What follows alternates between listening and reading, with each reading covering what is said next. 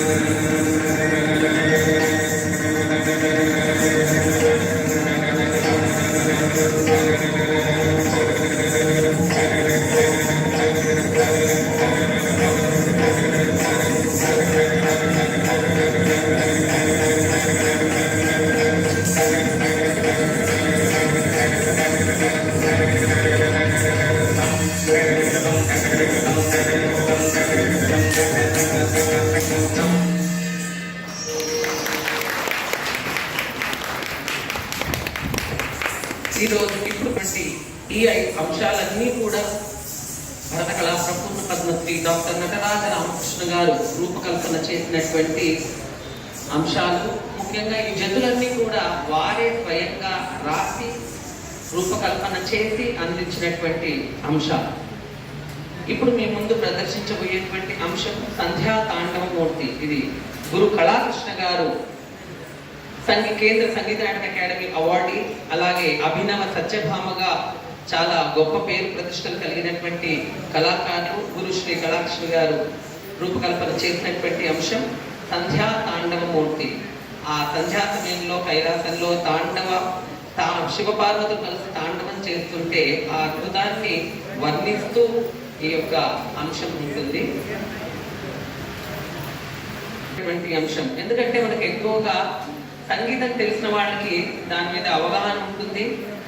తాళాలు, సప్త తాళాలు ఏవైతే ఉంటాయో సంగీతంలో చాలా ముఖ్యమైనటువంటివి. అందరికీ మామూలుగా సమంలో ఉండేటువంటి ఆది తాళం మాత్రమే చాలా మందికి తెలుసు, ఎందుకంటే అది చాలా ఈజీగా ఉంటుంది. అలాగే సినిమాల్లో వచ్చే పాటలు కానీ కీర్తనలు కానీ ఏవైనా కూడా ఎక్కువగా ఆది తాళాల్లోనే ఉంటాయి.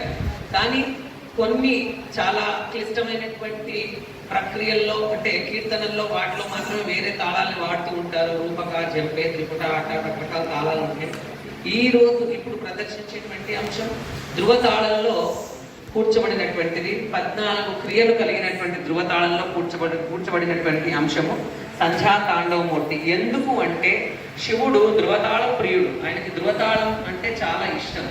ఆయన గద్యం అంటే ఆయనకు సంబంధించినటువంటి గద్యంలో ధృవతాళ ప్రియ అని ఉంటుంది. అంటే ఆయనకు ధృవతాళం అనేది చాలా ఇష్టం.